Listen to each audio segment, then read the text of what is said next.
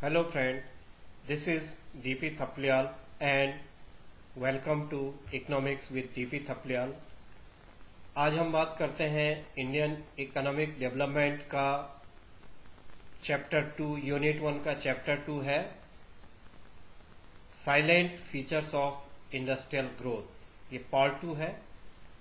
Part 1 में हमने industrial policies के बारे में पढ़ा था, इम्पोर्टेंसेस के बारे में पढ़ा था, और पार्ट 2 जो है वो साइलेंट फीचर्स हैं। ये जो फीचर्स हैं वो सीबीएसई बोर्ड एग्जाम में इस साल सिलेबस में रखे गए हैं।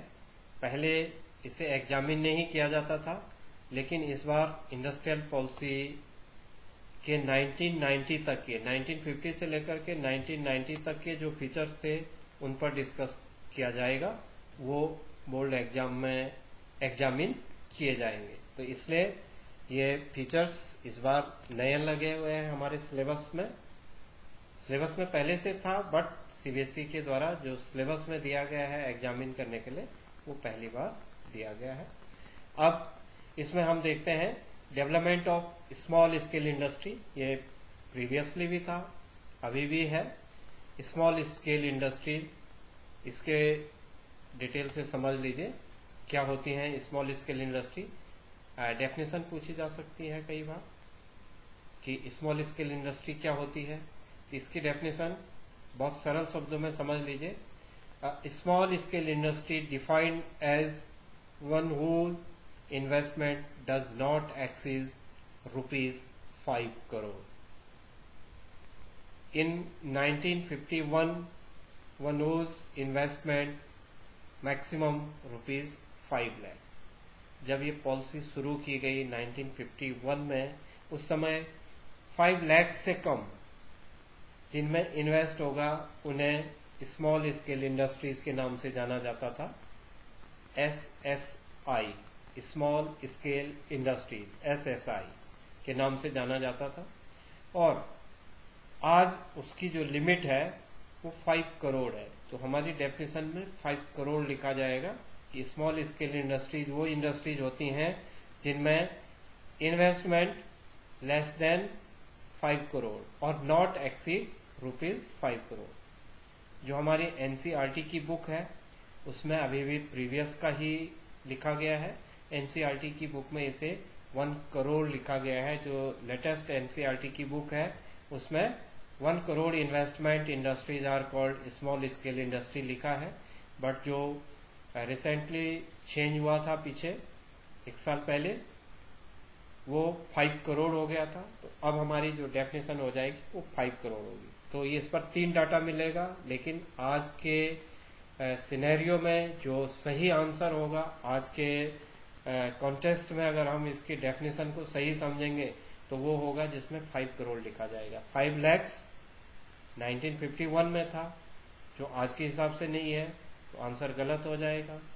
1 करोड़ 2019 तक था, वो भी आंसर गलत हो जाएगा। आंसर सही होगा 5 करोड़। तो ये डेफिनेशन हो जाती है इसकी। 1956 में जो एक्ट बना था इंडस्ट्रियल रेवोल्यूशन, उससे पहले एक 1955 में एक कमेटी बनाई गई थी जिसके बेस पर हमारी SSI स्मॉल स्केल इंडस्ट्रीज की पॉलिसीज को तैयार किया गया, और उस कमेटी का नाम था करवा कमेटी।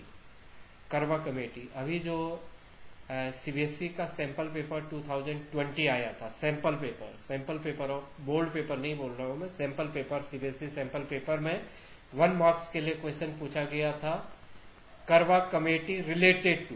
तो करवा कमेटी किससे रिलेटेड थी? स्मॉल स्केल इंडस्ट्री से। आंसर हो जाता है। तो बोर्ड में इस टाइप से क्वेश्चन भी पूछा जा सकता है कि स्मॉल स्केल इंडस्ट्रीज के लिए जो रूल बनाए गए वो कब बनाए गए? वो 1955 में बनाए गए। तो स्मॉल स्केल इंडस्ट्रीज के लिए जो कमेटी इस्टेब्लिश की गई 1955 में की गई। तो एक क्वेश्चन ये हो गया, स्मॉल स्केल इंडस्ट्री के लिए कमेटी की फॉर्मेशन कब हुई? 1955 में। दूसरा क्वेश्चन इसी को पूछ सकता है कि स्मॉल स्केल इंडस्ट्रीज के लिए किस कमेटी ने काम किया, उस कमेटी का नाम बताए। तो उस कमेटी का नाम हो जाता है करवा कमेटी। तो ये करवा कमेटी जो है वो इसमें स्मॉल स्केल इंडस्ट्रीज के लिए 1955 में बनाई गई थी। इसका काम क्या था? Noted the possibilities of using small scale industry for the promoting rural development. A small scale industry is defined with the reference to the maximum investment allowed on the assets of the unit. This limit has changed over a period of the time. ये मैंने आपको बता दिया कि करवा committee ने recommend किया था कि रूरल एरिया में डेवलपमेंट के लिए स्मॉल स्केल इंडस्ट्री जरूरी है, और इसकी जो लिमिट होगी कि किसे हम स्मॉल स्केल इंडस्ट्रीज कहेंगे, ये पीरियड ऑफ द टाइम वक्त वक्त पर ये चेंज होता रहेगा। और मैंने आपको 3 एग्जांपल दे दिए हैं कि 51 में 5 लाख था इन्वेस्टमेंट की लिमिट, 2019 तक टिल 2019 1 करोड़ था जो एनसीईआरटी में भी लिखा हुआ है, और रिसेंटली जो है वो है 5 करोड़। ये करवा कमेटी की रिकमेंडेशन थी जिसमें कि इसमें लगातार जो इन्वेस्टमेंट लिमिट थी उसे चेंज किया जा सकता था। अब आ जाता है कि effect of policies on industrial development. हम इसके साइलेंट फीचर से पहले इस पॉलिसीज के इफेक्ट के बारे में पढ़ते हैं। The achievement of Indian industrial sector during the first 7 plan, जो हमारे फर्स्ट 7 प्लान थे उनमें जो इंडस्ट्रियल सेक्टर के लिए पॉलिसीज बनाई गई, उसमें 5 ईयर प्लान में जो पॉलिसीज रखी गई उसका बेस क्या था? The proportion of GDP contributed by the industrial sector increased in the period from 11.8% in 1950-51 to 24% in 1990-91। ये हमारा जीडीपी का शेयर इंडस्ट्रियल सेक्टर में 7-5 ईयर प्लान में जो कुछ भी एक्टिविटी चलाई गई, जो कुछ भी डेवलपमेंट के लिए काम किया गया, उसके कारण हमारा 11.8% से लेकर के सेकेंडरी सेक्टर जो इंडस्ट्रियल सेक्टर था उसमें जो ग्रॉस डोमेस्टिक प्रोडक्शन था वो बढ़ करके 24.6% हुआ। ये बड़ा चेंज था, बहुत ज्यादा बढ़ोतरी इसमें देखी गई है। और जो इंडस्ट्रियल सेक्टर का रेशियो था, जो शेयर था, जो बढ़ रहा था, वो क्या था? The rise in the industries share of the GDP is an important indicator of development. The 6% annual growth rate of the industrial sector during the period is 1950 to 1990।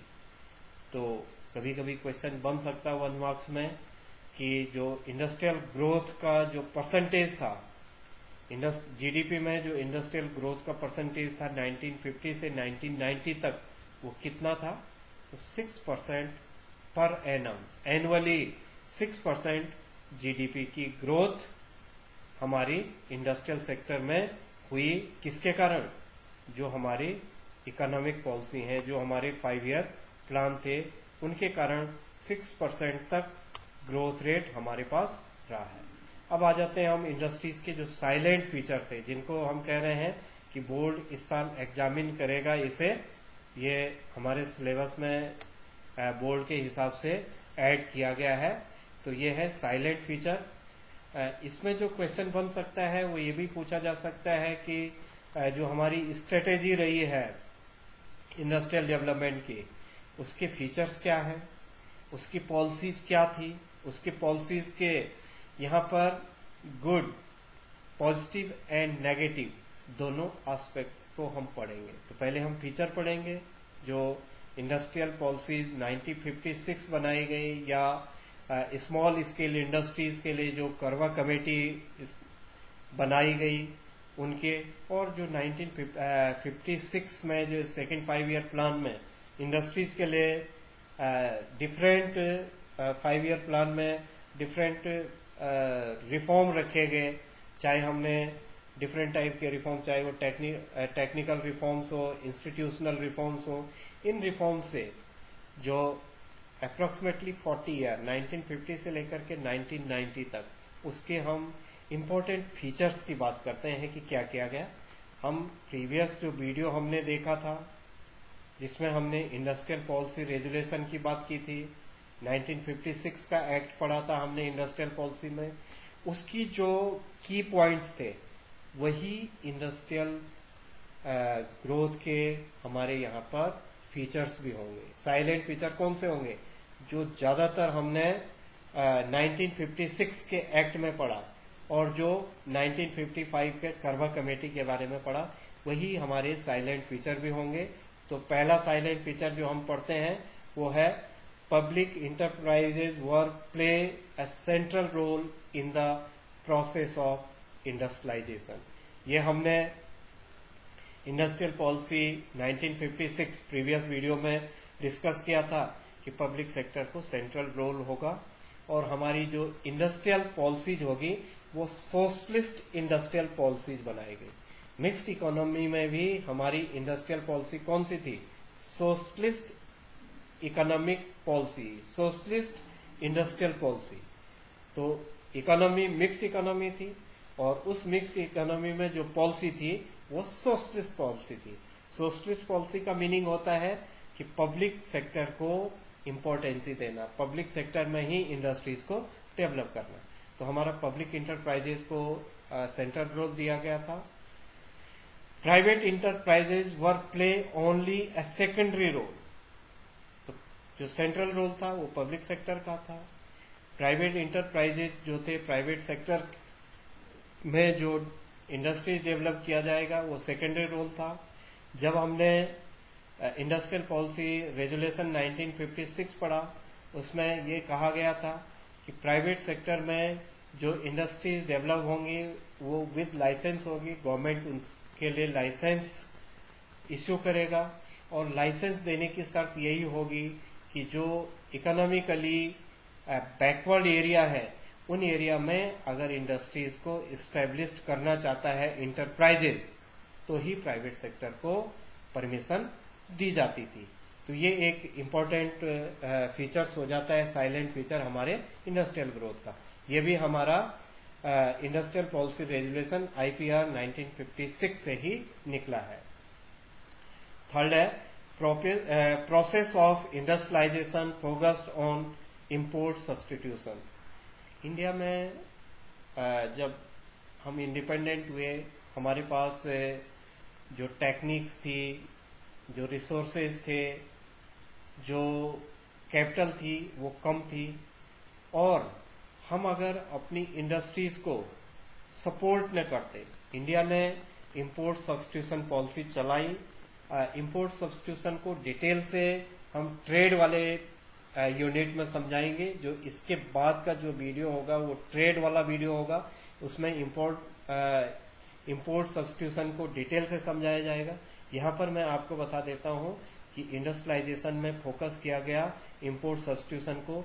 जो चीजें अपनी कंट्री में प्रोडक्ट हो सकती हैं उन चीजों का इंपोर्ट नहीं किया जा सकता है। तो इंपोर्ट करने के लिए परमिशन गवर्नमेंट से लेनी पड़ेगी। केवल उन्हीं चीजों को हम इंपोर्ट कर सकते थे जिनका प्रोडक्शन भारत में नहीं हो सकता था। ये जरूरी था, वक्त की डिमांड थी उस समय, क्योंकि अगर इंपोर्ट सब्स्टिट्यूशन नहीं चलाया जाता तो बाहर की जो टेक्निक्स थी वो एडवांस थी, हमारी अपनी टेक्निक्स डेवलप नहीं हो पाती क्योंकि हम एडवांस टेक्नोलॉजी को बाहर से ले लेते। बाहर का प्रोडक्शन सस्ता मिलता, हमें अपना प्रोडक्शन महंगा होगा क्योंकि हमारे पास मॉडर्न टेक्नोलॉजी नहीं थी। इसलिए इंपोर्ट सब्स्टिट्यूशन उस समय की डिमांड थी और उसे इंडस्ट्रियल पॉलिसी का एक हिस्सा बनाया गया। फिर है large scale industry was to be developed with the view of building an infrastructure base in the country. जो लार्ज स्केल इंडस्ट्रीज को डेवलप किया जा रहा था उसके लिए ये आधार रखा गया था, उसका बेस ये रखा गया था कि लार्ज स्केल इंडस्ट्री जो होगी वो इंफ्रास्ट्रक्चर को चेंज करने वाली पॉलिसी होगी, जो इंफ्रास्ट्रक्चर को चेंज कर सके, हमारे इंफ्रास्ट्रक्चर को डेवलप कर सके। इस चीज के लिए लार्ज स्केल इंडस्ट्रीज को ग्रोथ किया जाएगा, लार्ज स्केल इंडस्ट्रीज को लगाया जाएगा, जो ऐसी जगहों पर लगाया जाए जहां पर से हमारे इंफ्रास्ट्रक्चर डेवलप हो सके, हमारे रोड बन सके, हमारे एयरवेज, वाटरवेज, जो हमारे सड़कें हैं और जो हमारे रेलवे लाइंस हैं, इन सब का डेवलपमेंट हो सके। ऐसे हम लार्ज स्केल इंडस्ट्री को इस हिसाब से लगाया जाएगा। अगला जो साइलेंट फीचर था वो था small scale industries was to be developed with the view to achieving the objective of employment and equity। जो स्मॉल स्केल इंडस्ट्रीज को इस्टेब्लिश किया जाएगा वो एक तो रीजनल डेवलपमेंट के लिए किया जाएगा, एक एम्प्लॉयमेंट जनरेशन के लिए किया जाएगा, क्योंकि जब रूरल एरिया में इंडस्ट्रीज डेवलप हो जाएगी, इस्टेब्लिश्ड हो जाएगी, तो वहां पर एम्प्लॉयमेंट मिलेगा और उससे जो इक्विटी है, जो हमारे एरिया वाइज, रीजन वाइज जो डिफरेंसेज हैं डेवलपमेंट के, वो भी पूरे हो जाएंगे। सभी एरिया का डेवलपमेंट हो जाएगा। और जो इनकम के बेस पर है, इक्विटी बेसिकली इनकम का बेस होता है, तो सभी लोगों को एम्प्लॉयमेंट मिलेगा और जो पुअर एंड रिच के बीच की जो गल्फ है वो भी खत्म हो जाएगी, इसके बीच का जो अंतर है वो भी खत्म हो जाएगा। इस चीज के लिए स्मॉल स्केल इंडस्ट्रीज को डेवलप किया गया। अब हम बात करते हैं इसके फीचर के बाद कि गुड इफेक्ट्स क्या रहे हैं। जो हमारी इकोनॉमिक स्ट्रेटेजी रही है, चाहे वो पॉलिसीज बनी है 1956, चाहे स्मॉल स्केल इंडस्ट्रीज की जो कमेटी, करवा कमेटी 1955 में स्टेब्लिश किया गया, इन 40 सालों में 1950 से लेकर के 1990 तक की जो पॉलिसीज थी, इंडस्ट्रियल पॉलिसी, उसके जो इम्पोर्टेंसी है उस पर हम बात कर रहे हैं। गुड इफेक्ट क्या रहे हमारी इकोनॉमी के लिए? तो सबसे पहले इकोनॉमिक ग्रोथ। हम इनिशियली बात कर चुके हैं कि जो हमारा इकोनॉमिक ग्रोथ रहा है वो 6% एनुअल ग्रोथ था। तो 6% एनुअल ग्रोथ हमें इंडस्ट्रियल सेक्टर से मिल रहा था। जीडीपी का 11% से लेकर के और नियरली 24% तक जीडीपी हमारी एग्रीकल्चर सेक्टर से आने लग गई थी और ग्रोथ का जो रेशियो था वो 6% per annum, annually 6% growth industrial sector में हो रही थी। ये गुड इफेक्ट थे हमारी पॉलिसीज के, जो इकोनॉमिक पॉलिसी हमने इंडस्ट्रियल सेक्टर में बनाई थी। सेकेंड है growth of large scale industry. हमने on the eve of independence में पढ़ा कि कोई भी large scale industries British government ने इंडिया में एस्टेब्लिश नहीं होने दी, कोई भी बड़ा उद्योग नहीं लगाया। सिस्टमेटिकली हमारी इंडस्ट्रीज को उन्होंने डिक्लाइन किया, उसे एक्सप्लॉइट किया। लेकिन 1950 से लेकर के 1990 तक इंडिया में लार्ज स्केल इंडस्ट्रीज का ग्रोथ होने लग गया। Public sector as well as private sector में हमारी लार्ज स्केल इंडस्ट्रीज काफी ज्यादा शुरू हो गई थी। बहुत सारे प्लांट हमारे लार्ज स्केल इंडस्ट्रीज के इंटरप्राइजेज ने और गवर्नमेंट ने मिलकर के शुरू कर लेते। फिर है growth of SSI, small scale industries का ग्रोथ हुआ।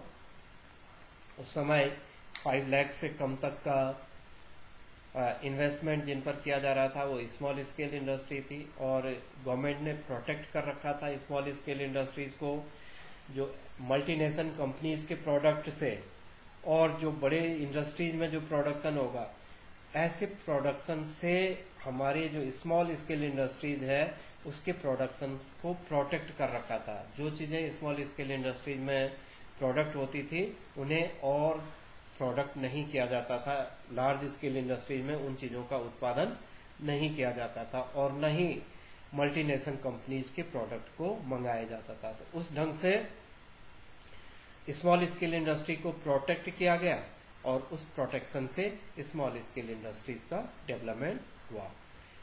Then there was market diversification in the industrial sector. Industrial sector में हमारा जो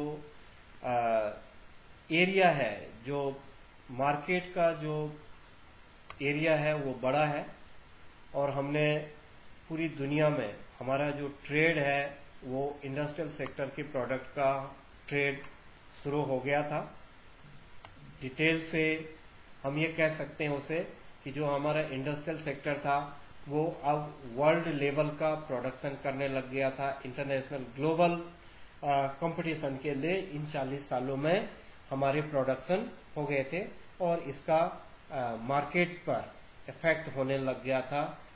केवल डोमेस्टिक ही नहीं, इंटरनेशनली भी हमारे इंडस्ट्रियल सेक्टर के प्रोडक्ट की डिमांड होने लग गई थी।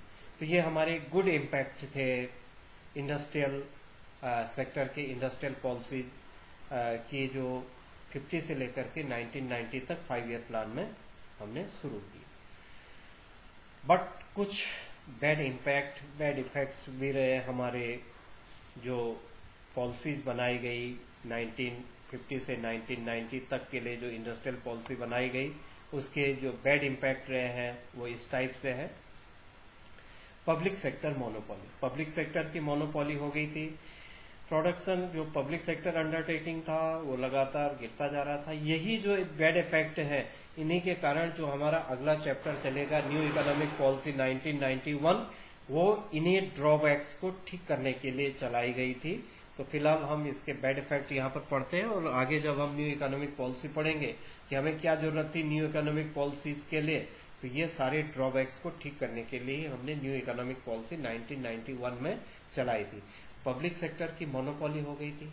पब्लिक सेक्टर में जो पब्लिक सेक्टर अंडरटेकिंग था वो प्रोडक्शन धीरे धीरे कम करने लग गया था। पब्लिक सेक्टर में काम कम हो रहा था, मोनोपोली हो गई थी, और इंडस्ट्रीज उस प्रोडक्ट को कर नहीं सकती थी, और पब्लिक सेक्टर में उस काम को धीरे धीरे किया जा रहा था, जिससे कि जो प्रोडक्टिविटी थी वो लगातार कम होती जा रही थी। तो पब्लिक सेक्टर अंडरटेकिंग लगातार मोनोपोली के कारण फेल होते जा रहे थे। to fail to achieve international standard of production quality due to protection of domestic industry। दूसरी जो बड़ी बात थी, अभी मैं कह रहा था कि अच्छे इफेक्ट में ये थे कि हमारी कुछ जो इंटरनेशनल मार्केट में भी चीज़ों का बोलबाला होने लग गया था, उनकी डिमांड होने लग गई थी। लेकिन ओवरऑल अगर देखा जाए तो जो हमारी डोमेस्टिक इंडस्ट्रीज को प्रोटेक्ट किया जा रहा था, डोमेस्टिक इंडस्ट्रीज को प्रोटेक्ट कैसे किया जा रहा था, जो प्रोडक्शन हमारे देश में किया जाता था उसका इंपोर्ट नहीं किया जाएगा। तो डोमेस्टिक इंडस्ट्रीज में जिन चीज़ों का प्रोडक्शन होता था उनका हम इंपोर्ट नहीं करते थे, अपने देश के ही प्रोडक्ट का यूज करते थे, और इसलिए उनको सब यहाँ पर एक एज मिल गया था पब्लिक सेक्टर को, और वो क्वालिटी प्रोडक्शन को नहीं कर रहा था। क्वालिटी प्रोडक्शन न होने के कारण हमारी प्रोडक्टिविटी लगातार कम भी हो रही थी, और उससे हमें जो एक्सचेंज है, जो हमारा ट्रेड है, चाहे फॉरेन एक्सचेंज में भी इसका फर्क पड़ रहा था, हमारे जो ट्रेड था उस पर फर्क पड़ रहा था, बैलेंस ऑफ पेमेंट पर इसका नेगेटिव इम्पैक्ट पड़ रहा था, हमारा जो ट्रेड बैलेंस था वो इन्वर्स हो रहा था, वो हमारे पक्ष में नहीं था। तो फेल हो गया था इंटरनेशनल स्टैंडर्ड को compete करने के लिए हमारी पॉलिसी से तैयार की गई इंडस्ट्री। और हम फाइनली पढ़ते हैं saving foreign exchange through import substitution. जो इंपोर्ट सब्स्टिट्यूशन लगाया गया उससे हमारे फॉरेन एक्सचेंज सिस्टम में भी जो हमारा फॉरेन एक्सचेंज था उससे हमारे, मैंने पहले ही कह दिया कि फॉरेन एक्सचेंज सिस्टम को भी हमने इससे अलग रख लिया था। हम फॉरेन एक्सचेंज सिस्टम में जो फ्लेक्सिबल एक्सचेंज रेट थे उसके हिसाब से हमारी जो इंटरनेशनल मनी मार्केट में जो करेंसी की वैल्यूएशन की जा रही थी उससे भी हमने सेव कर लिया था अपनी कंट्री को। तो इस पर फॉरेन एक्सचेंज का भी कोई फर्क नहीं पड़ रहा था, क्योंकि हम इंपोर्ट सब्स्टिट्यूशन कर रहे थे और डोमेस्टिक इंडस्ट्रीज को प्रोटेक्शन दे रहे थे। इसलिए फॉरेन एक्सचेंज सिस्टम होता है जो फ्लेक्सिबल एक्सचेंज सिस्टम में demand and supply force he price को डिसाइड करती है करेंसी की। तो हमारी करेंसी की प्राइस को हम फॉरेन एक्सचेंज सिस्टम से एप्रिसिएट और डेप्रिसिएशन नहीं पढ़ रहे थे, हम डीवैल्यूएशन और एवैल्यूएशन के रूप में इसे जान रहे थे। तो हमारा फॉरेन एक्सचेंज को भी हमने सेव कर लिया था, उससे भी हमें अपनी कंट्री के लिए बहुत ज़्यादा लॉस हो रहा था। तो ये इंडस्ट्रियल पॉलिसीज के अच्छे और बुरे परिणाम रहे, इस पॉलिसीज के फीचर्स रहे। इन्हीं चीज़ों में से बैड एंड गुड इम्पैक्ट भी पूछे जा सकते हैं, साइलेंट फीचर पूछे जा सकते हैं, स्मॉल स्केल इंडस्ट्रीज के रूप में एग्जाम में पूछा जा सकता है। तो इम्पोर्टेंट वीडियो है ये, आपने सुना है। तो thank you for watching this video. ये यहीं पर इंडस्ट्रियल सेक्टर 1950 टू 1990 का टॉपिक खत्म होता है। Thank you for watching.